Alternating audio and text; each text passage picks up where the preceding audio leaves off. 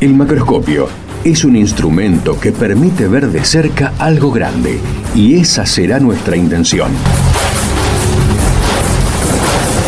Acercarnos desde las pequeñas historias personales y sus recorridos al sistema científico nacional. ¿Quiénes lo conforman? ¿Cómo llegaron allí? ¿Desde dónde partieron? ¿Qué obstáculos tuvieron que sortear? Son solo algunas de las preguntas que estaremos contestando en nuestro programa. Les invitamos a escuchar estas trayectorias y a sus protagonistas.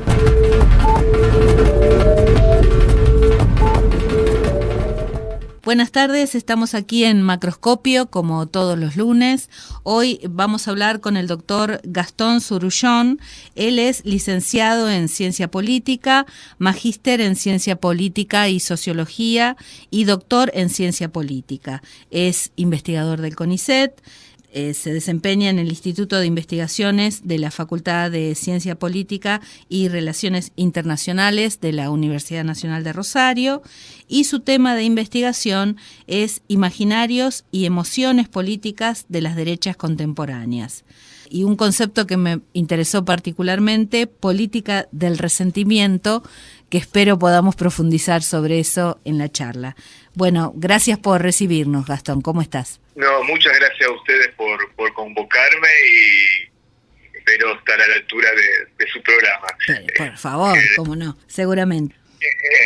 No, muy bien. Acá andamos trabajando como todos los días. Bien. Porque así somos, trabajamos todos los días. Gastón, contame un poco cómo fue que decidiste tu carrera, qué te motivó, si fue en la adolescencia o un poco más grande, digamos, qué te llevó a la ciencia política o a la política en general. Retrospectivamente, cuando uno piensa por qué elige una carrera tan joven, a los 17, 18 años, no hay muchas explicaciones lógicas, en particular teniendo en cuenta que no vengo de una familia de politólogos ni de gente que se desempeña en el ámbito académico e intelectual. Sí, debo admitir que desde niño siempre me interesó leer, en particular literatura, ¿no? Pero luego fui ya en la secundaria pasando a ensayos, o sea, siempre me motivó la lectura y de alguna manera eso me acercó a las carreras de las ciencias sociales. Y al vivir yo soy de Santa Fe, no había muchas alternativas en ciencias sociales en la región, no existe todavía la carrera de sociología acá en la región. Filosofía en mi época en Santa Fe solamente estaba en la Universidad Católica, que yo no iba a ir a un lugar de esa característica. Por lo tanto, se me iban reduciendo las opciones y opté por ciencia política aquí en Rosario, donde ya me instalé definitivamente. Bien. Y esa carrera después te llevó, digamos, una vez recibido, te llevó a tener a decidir en algún momento que querías hacer investigación en ciencia política. Una vez recibido, cuando tengamos en cuenta, yo me recibo en el 2000, yo curso del 95 al 2000, lo que hoy conocemos la carrera de investigación o el trabajo de investigación, y en particular el CONICET, estaba en ese momento, en los 90, totalmente vaciado. Sí, por lo tanto, ahí estaba. Yo veía esa posibilidad muy lejana. Claro.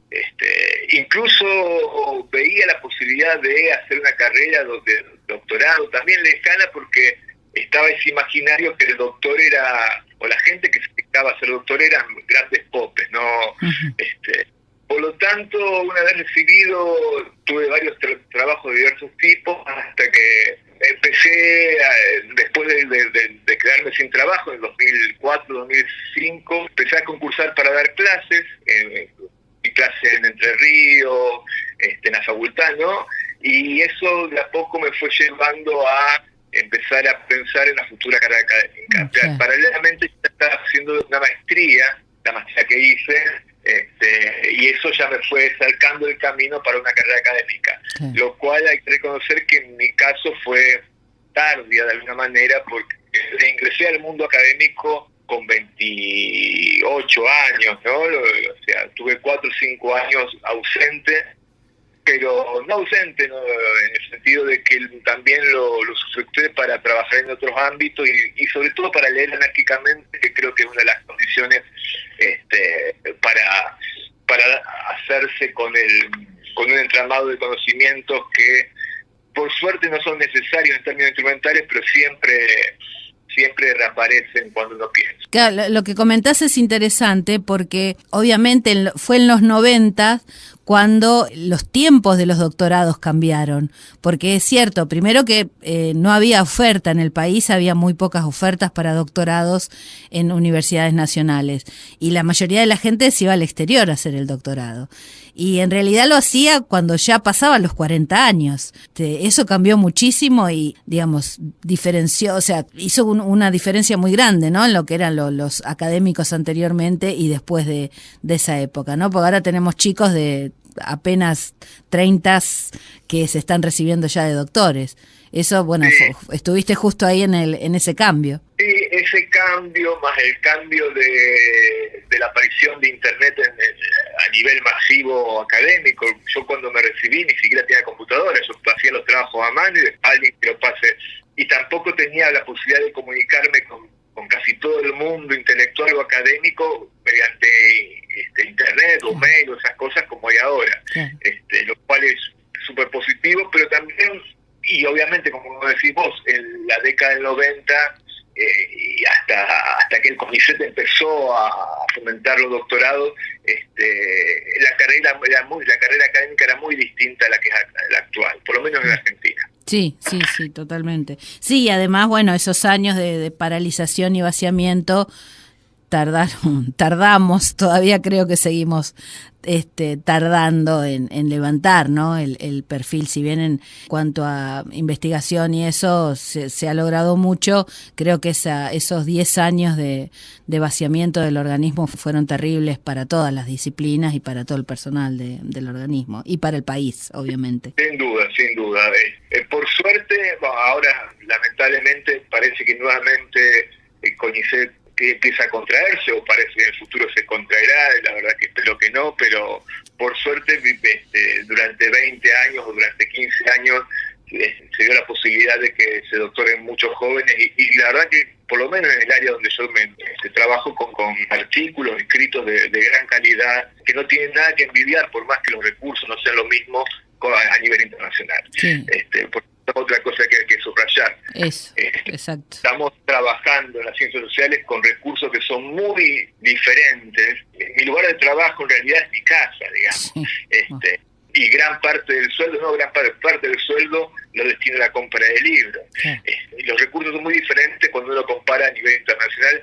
Y no obstante eso, no hablo de mí, sino de mis colegas, han logrado tener una calidad de trabajos de primera línea. Está bueno que lo acuerdes y lo remarques porque así se hace también eso, ¿no? Esa pata de que así se hace investigación en este país, por lo menos para algunas ciencias. En otras les va un poco mejor, pero en las ciencias sociales siempre es más difícil.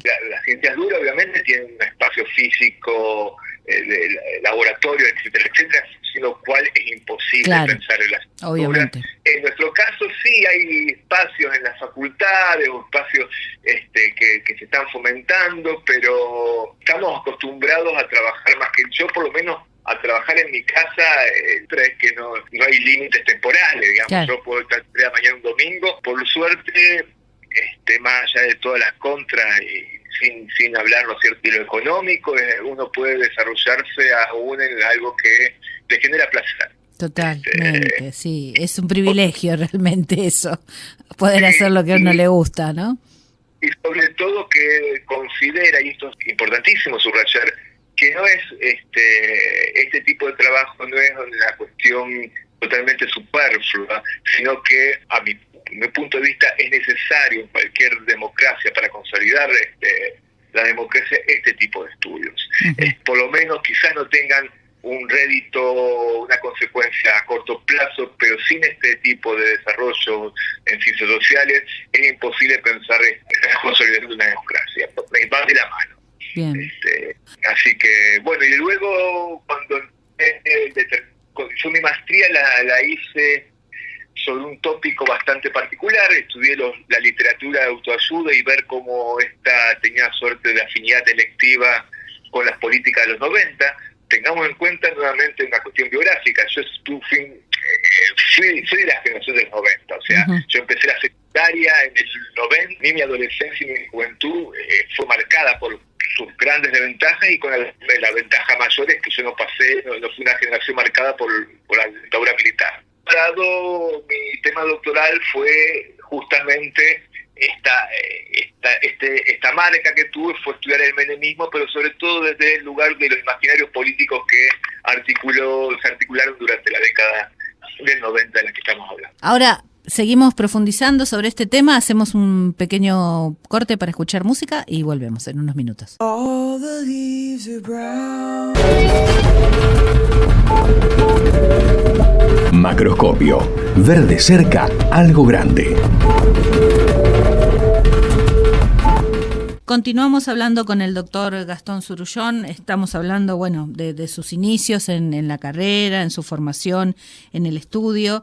Hiciste todo este caminito de la licenciatura, el título de grado, la maestría, el doctorado, y cómo, empezaste a decir que estabas analizando la época menemista, el tema de la autoayuda, cómo va llegando, ya estabas perfilando hacia esto que haces hoy, ¿no? Los imaginarios y la política de las derechas contemporáneas. Sí, a mí, yo en grado y también en posgrado me especializo y doy teoría política, clásica.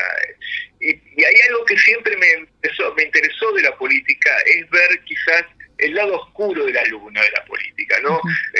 Tengamos en cuenta que durante mucho tiempo el mainstream de la ciencia política pensaba el comportamiento en el espacio público a partir de la acción racional de los individuos, ¿no?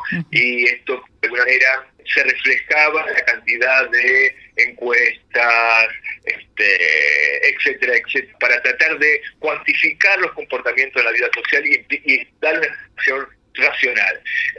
No obstante, la teoría política, la lectura de la teoría política me pudo permitir entender que generalmente hay una parte que es mucho más difícil de percibir, que amerita ir por otros caminos, pero que genéricamente podríamos decir aquello que es no racional, ¿no? Tanto los sentimientos, los imaginarios, los mitos, etcétera, y que ese elemento es imprescindible para comprender los distintos fenómenos políticos.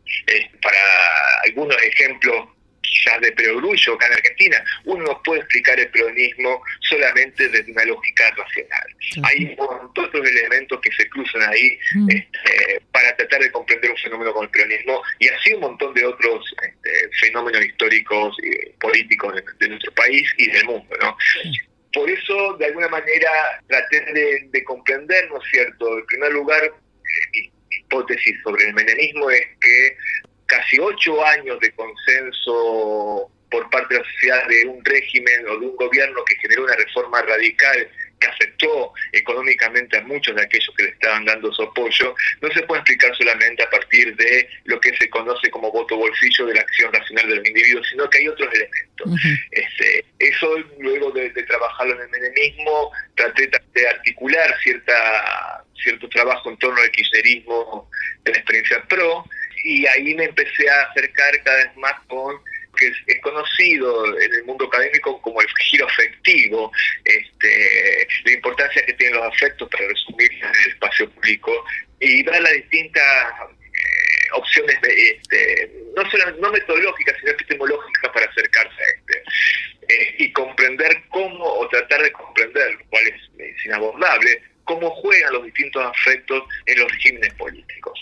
Generalmente, cuando uno habla de afectos o pasiones en lo político, cuando uno escucha la relación pasión y política en los medios de comunicación, siempre lo toman como algo negativo. Sí. No obstante, es posible dar estabilidad a un régimen, no solamente a los regímenes fascistas, totalitarios, sino cualquier democracia liberal, sin un régimen afectivo, sin ciertas pasiones que lo estabilicen, lo consoliden. esto me llevó a acercarme a las distintas pasiones y cómo cada propuesta política trata de articular y de qué manera estas pasiones, ¿no? Esto es el acercamiento que tuve, y obviamente también, por otro lado, mi interés de estudio siempre fue dentro del mundo de las derechas, ¿no? Y acercamiento de las derechas de distinto tipo, ¿no? Siempre me pareció como objeto de estudio algo que me maravilló. He estudiado los totalitarismos, he estudiado, el menemismo, y ahora este nuevo contexto internacional y nacional, de alguna manera me corre, me obliga a estudiar distintas derechas que, esto lo quiero subrayar, tienen características totalmente disímiles. El totalitarismo no es lo mismo que el menemismo, y estas derechas radicales son lo mismo que las derechas mainstream liberal conservadoras de los 90 u 80. Tienen ciertos rasgos muy particulares, pero están todas dentro de esta gran familia de lo que podemos llamar las derechas, ¿no? Uh-huh. Que como todas las familias tienen sus tíos buenos, sus tíos malos, y los que mejor no acercarse, ¿no?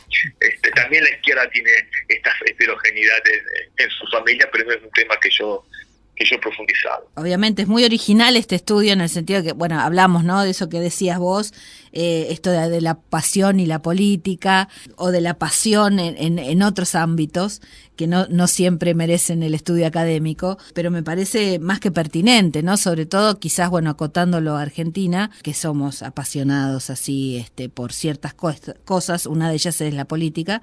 Me parece, insisto, muy, muy original y pertinente traerlo a la arena política, este tema. Y y sobre todo porque, pensando en lo que decías, ¿no?, de las derechas que venís estudiando o investigando, parece que también te están dando más letra para seguir profundizando sobre esto, porque se están como reconvirtiendo, ¿no?, o retransformando algunas figuras de estas derechas que quizás eran más convencionales, algunas conservadoras. Hay como un cambio también en el discurso y en la presentación de estos candidatos, si querés, o partidos que vienen con esa carga ideológica. Exactamente. Ahí yo justamente ahora estoy estudiando algo y veo dos cosas que hay que señalar. Primero, que no es, por lo menos en el escenario argentino, y algo que también se puede trasladar a otros lugares, no es un cambio drástico, no es una novedad totalmente inesperada. Si uno analiza en Argentina los 40 años de democracia, ¿no?, del 83 en adelante, ve que hubo varios desplazamientos, dislocamientos. El menemismo fue uno, la polarización que hubo entre el kirchnerismo y el macrismo fue otro, que permitieron este nuevo escenario y la aparición de un personaje, un político como Javier Milei, realizando acciones en el espacio público que 40 años atrás hubiesen sido condenadas totalmente. Uh-huh. Yo pienso, 40 años atrás, la democracia argentina se inaugura simbólicamente, o mejor dicho, el triunfo de Alfonsín simbólicamente se inaugura con la quema del cajón de Herminio Iglesias. No sé si recordás. Sí, por favor, sí. Que fue condenado por distintos lugares, y de alguna manera le permitió a Alfonsín asociar ese hecho con algo del pasado autoritario, violento, etcétera, etcétera. Sí. Hace 4 o 5 años, el mismo acto, quemar cajones o poner guillotina en el espacio público, más que condenado, es aplaudido. Uh-huh. Entonces estamos ante un cambio que no es de un día para el otro, sino que es un cambio de nuestra democracia, uh-huh, de cómo, de lo aceptable y no aceptable en el espacio público en nuestra democracia. Uh-huh. Y acá, otra cosa a subrayar, esto, si uno empieza a mirar a otras latitudes, por más que no es algo que es ajeno, ¿no? Claro, esto también sí se puede ver en Brasil, esto lo podemos ver en Italia, esto lo podemos ver en Norteamérica, en España, ¿no es cierto? Lo que es válido y no es válido en el espacio público se ha ido transformando. Eso en primer lugar, para tener en cuenta. En segundo lugar, si uno lee la literatura con respecto a estas derechas radicales, cuando hablo de derechas radicales, para ser sintético y para tratar de tipificarlas, son derechas que tienen características populistas, si quieren podemos discutir por qué populista y qué no, a mí, pero acá la definición diría populista porque tratan de dividir la sociedad entre una élite inmoral y un pueblo moral. Uh-huh. Es una definición muy vaga, y sobre todo es una definición que viene de los países del norte y no tiene en cuenta toda la gran literatura sobre populismo en América Latina, pero bueno, son derechas populistas, son derechas que tienen elementos autoritarios, no obstante, juegan el juego democrático, tienen usos autoritarios, discursos muy jerárquicos, y son derechas que tienen un carácter nativista, quiere decir que tienden a priorizar a los habitantes o a los ciudadanos de su territorio, generando discriminación, xenofobia, aquellos que son considerados como extranjeros, etcétera, etcétera. Uh-huh. Este tipo de derecha, cuando uno lee la literatura, encuentra que la mayoría reconoce que que son las que mejor juegan al juego emocional en los últimos años. Y acá se reconocen 2 o 3 emociones. Primero, la apelación constante al miedo, que es algo que vemos en Argentina. Uh-huh. En segundo lugar, la nostalgia. En Argentina no existe tanto eso porque no tenemos una historia tan rica, tan profunda como otros países. En los países europeos apelan a el medioevo católico, acá el medioevo cristiano, por dicho acá esto no se da, pero sí lo que se reconoce es el resentimiento en todas estas derechas. Y acá hay que hacer una distinción. La mayor parte de la literatura habla de resentimiento, que hay que distinguirlo de ira, bronca. Muchas veces en los medios de comunicación se habla de que el voto a Milei es un voto a bronca, que Milei articula la ira, y no. La ira, la bronca, como sentimiento, es un sentimiento solamente visceral, es un sentimiento inmediato. Bronca, ira me da a mí cuando alguien me pisa el pie, o cuando choco el auto, ahí me da la bronca. El resentimiento, en cambio, es una emoción que se sedimenta en la larga duración. O sea, no es algo que aparece inmediatamente. Cito a Serrat, el resentimiento se toma con la leche templada. ¿Me explico? Uno lo va mamando desde la niñez, se quiere, o desde su familia, y ahí va encontrando resentimiento, va siendo articulado, cruzado por esta emoción. Esta emoción, a su vez, genera una suerte de, por lo tanto, entre que aparece resentimiento y que se articula en la larga duración. En segundo lugar, genera impotencia, porque al no plasmarse inmediatamente la venganza, va generando impotencia en aquellos distintos sectores que se sienten afectados por este resentimiento. Y en tercer lugar, una característica del resentimiento es que se traduce, se plasma como una suerte de inversión de valores. La fábula de la zorra y la uva, que mejor lo ejemplifica. La zorra, al no poder alcanzar las uvas que están en el árbol, dice, bueno, esas uvas son agrias. Lo que vemos acá es que aquellos que articulan el resentimiento entre la derecha radical, lo que están haciendo, se sienten agraviados moralmente por una supuesta hegemonía cultural de la izquierda, o por lo que ellos llaman marxismo cultural, e invierten los valores. Lo que para nuestro sistema democrático es visto como algo bueno, virtuoso, valorado, ellos lo invierten y lo ven como algo malo, defectuoso, etcétera, etcétera.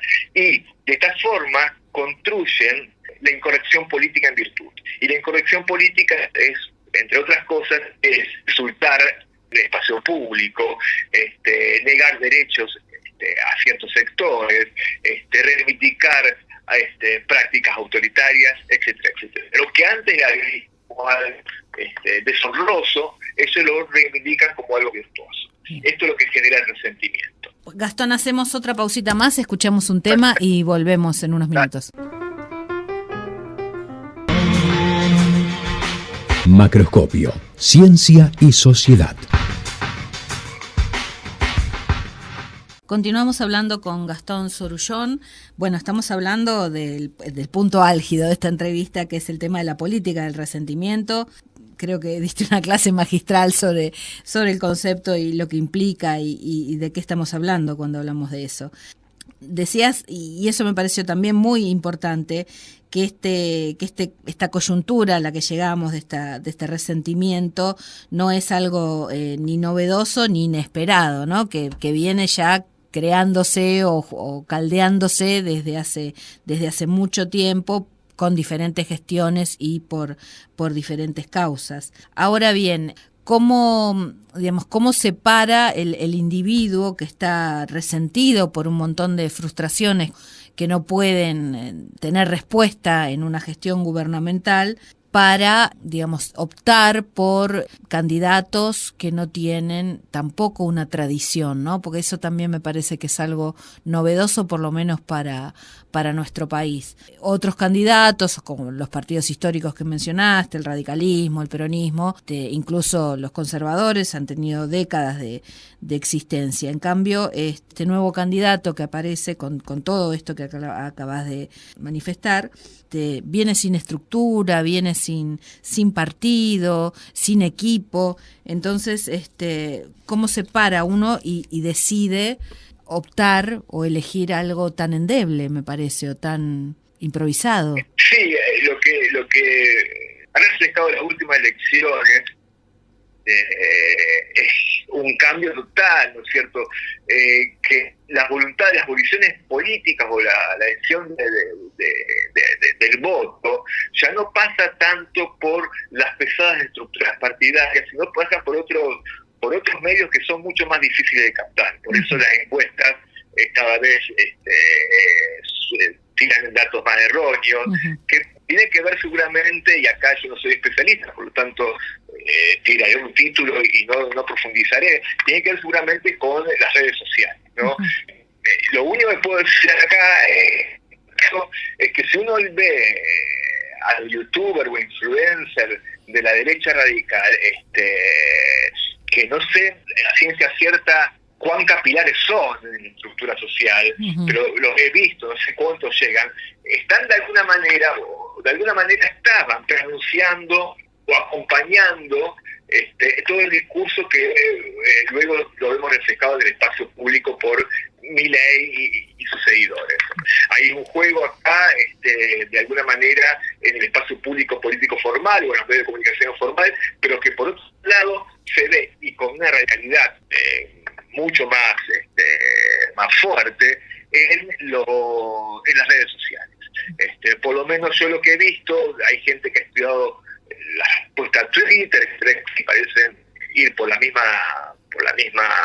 mismo camino. He visto a los influencers o youtubers fundamentalmente, y tienen una belicosidad que era casi ajena al mundo político anteriormente. Eso nos da una pauta de entender cómo puede ser que por dónde va pasando la articulación o construcción de las voluntades políticas en los últimos años. Eso por un lado. En segundo lugar, como hemos dicho, es algo que se construye a largo plazo, este resentimiento, pero que hay coyunturas muy particulares que permiten que aparezca, metafóricamente podemos decir, un profeta que le dé sentido, ¿no? El resentimiento per se no es ni malo ni bueno. La Revolución Francesa articuló para generar un cambio, ¿no? Que antes era buen ejemplo. Que era el feudalismo, por decirlo de una forma muy, que me perdonen los historiadores, ¿no? Muy clara, ¿no? La Revolución Francesa generó un resentimiento hacia la aristocracia, ¿no? Que generó un cambio cuando somos todos iguales. Entonces, el resentimiento per se no es ni progresista, ni reaccionario, ni bueno, ni malo. Lo que vemos acá es que fue articulado este sentimiento, esta emoción, de una forma totalmente reaccionaria, claro, ¿no? Y esto por un contexto determinado, esto porque apareció justamente un profeta que le dio voz a estas emociones. Este contexto hay que entenderlo también a raíz de los últimos 15 años en Argentina, donde hay una polarización moral, política, que genera un desprecio moral hacia el contrincante, tanto del kirchnerismo como del PRO, y que el PRO a su vez, durante el gobierno de Macri, abrió ciertas puertas que permitieron explorar ciertos resentimientos que luego fueron explotados por Milei. Y doy dos datos. En primer lugar, las primeras, ni siquiera el menemismo más allá que en el menemismo hubo indulto, y que Menem en una oportunidad dijo a las madres de Plaza de Mayo que vayan a llorar a sus muertos espacio privado, pero durante el macrismo hubo una fuerte, desde el gobierno, una fuerte tendencia negativa. Lo pérfido diciendo fueron 8.000, sí, el sí, cartel, sí. Basta el curo de los derechos humanos, exacto, el mismo diciendo una oportunidad, no importa, no sé si fueron 8.000 o 30.000, o sea, hubo una fuerte línea sobre eso que luego explotó, o que luego está explotando ahora. Y por otro lado, durante el macrismo también se gestó una fisura muy grande entre aquellos que ganaban el pan de cada día desde el Estado, sean estos subsidios sociales o empleo público, y aquellos que trabajan en el sector privado, incluso los informales. Esto generó una fisura muy grande que nuevamente explota en estos momentos con Milei. No sé si recuerdan los oyentes y vos esa imagen que se viralizó de un grupo de empresarios, de un dibujo de un grupo de empresarios 4 o 5 sosteniendo a 40 personas subsidiadas, sí, ¿no? Sí. Ese grupo de empresarios, recuerdan la imagen, eran todos rubios, con rasgos, todos hombres. Las personas subsidiadas, en cambio, tenían una tez un poquito más oscura, eran la mayoría, gran parte mujeres, y tenían los brazos en las caderas. Eso genera una gran fisura social. Un gran desprecio hacia toda la gente que vive o recibe su sueldo, su pan o su subsidio del Estado. Y eso antes, más allá de que nuevamente durante el menemismo, los primeros años sí, atacando a los sindicatos de los estatales, hubo una cosa así, no fue tan agraviante como los últimos, durante el gobierno más del macrismo. Eso hay que entenderlo bien, entonces estalón duré del resentimiento. Bien, hacemos la última pausa, Gastón, y terminamos en unos minutitos.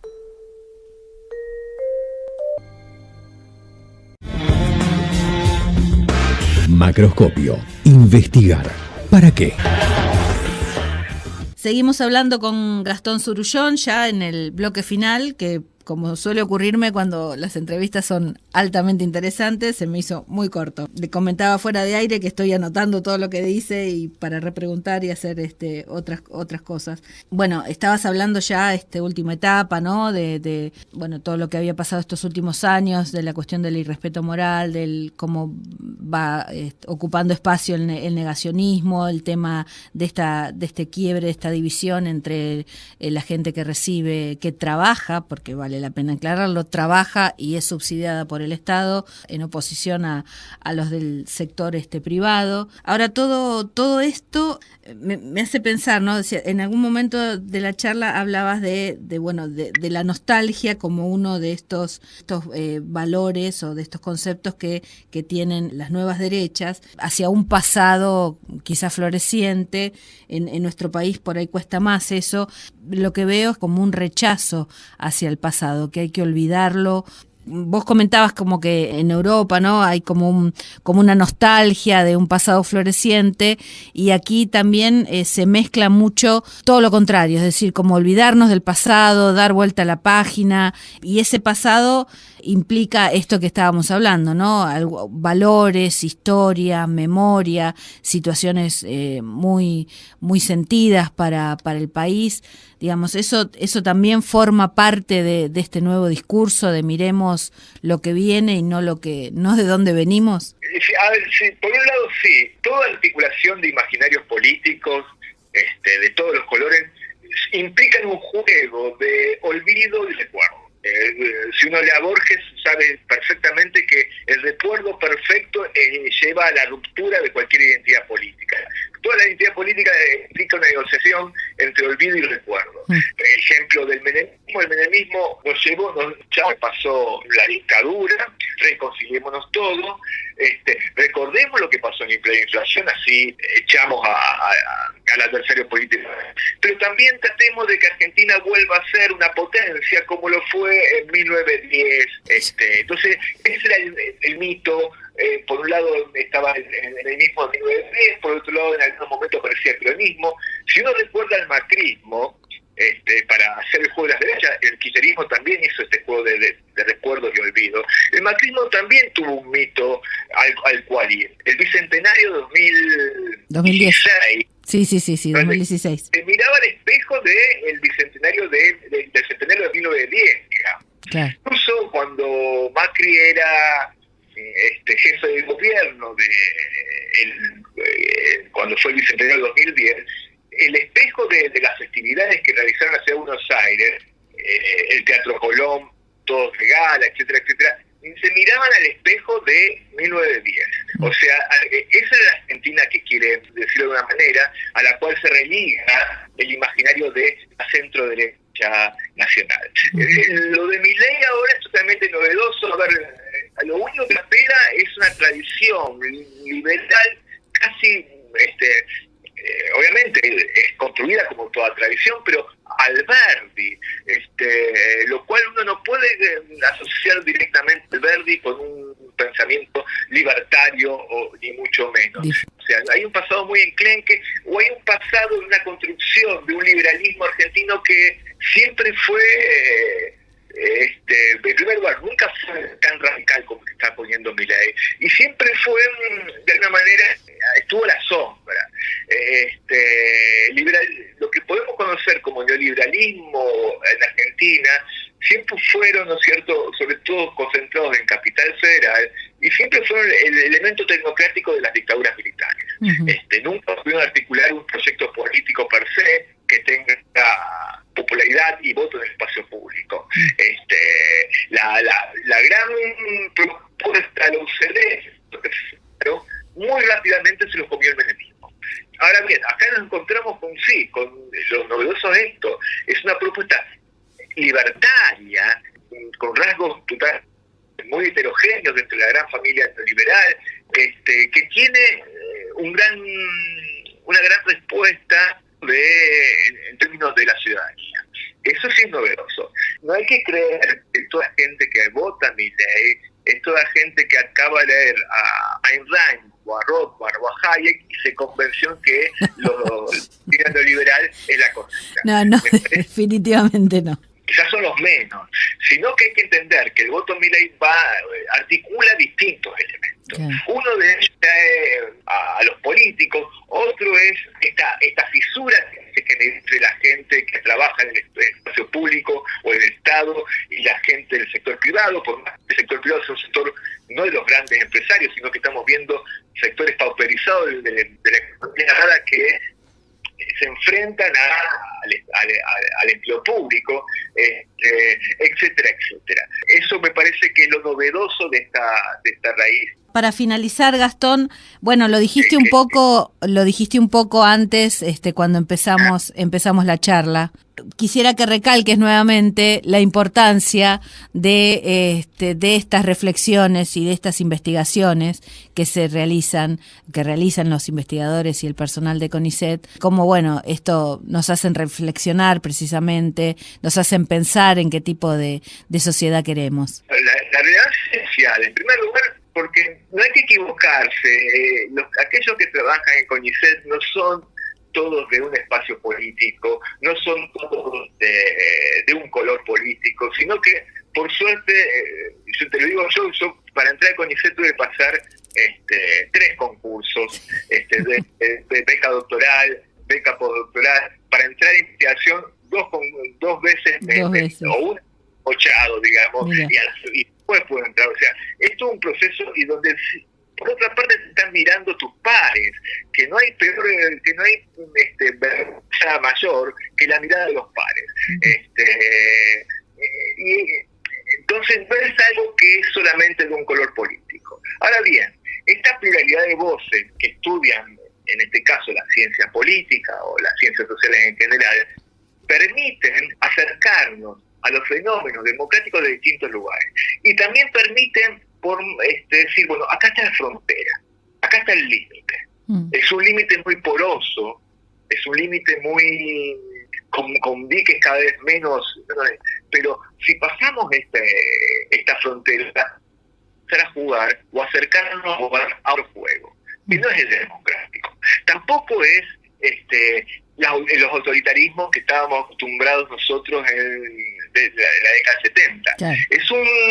Es un animal nuevo, pero que tiene un montón de peligros. Todos los espacios políticos tienen sus grandes miserias y han demostrado sus grandes defectos. Pero más allá de eso, el kirchnerismo, lo que podemos llamar el macrismo, por decir los dos grandes, todavía juegan el juego democrático. Uh-huh. No funcionó bien como diques ante las variaciones de la derecha radical, es verdad, pero jugaban el juego democrático. Uh-huh.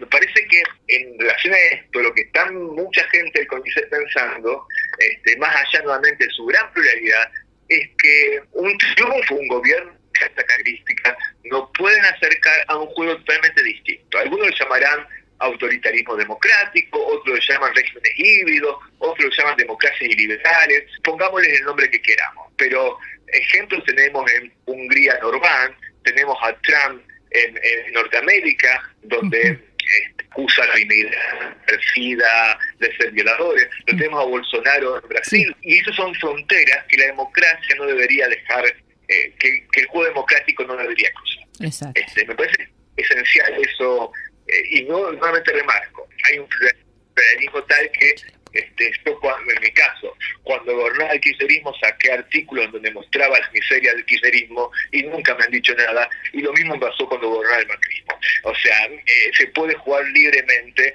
pero nos permitimos también cuáles son las fronteras de esta tolerancia. Gastón, te agradezco muchísimo tu tiempo, ha sido más que interesante y esclarecedor esta charla. Por mi parte y el equipo, gracias por darnos todo tu tiempo. No, muchas gracias a ustedes por el espacio y espero que a ustedes y a la gente que lo pueda escuchar les sirva, al menos para criticar y para darse cuenta que de acuerdo conmigo.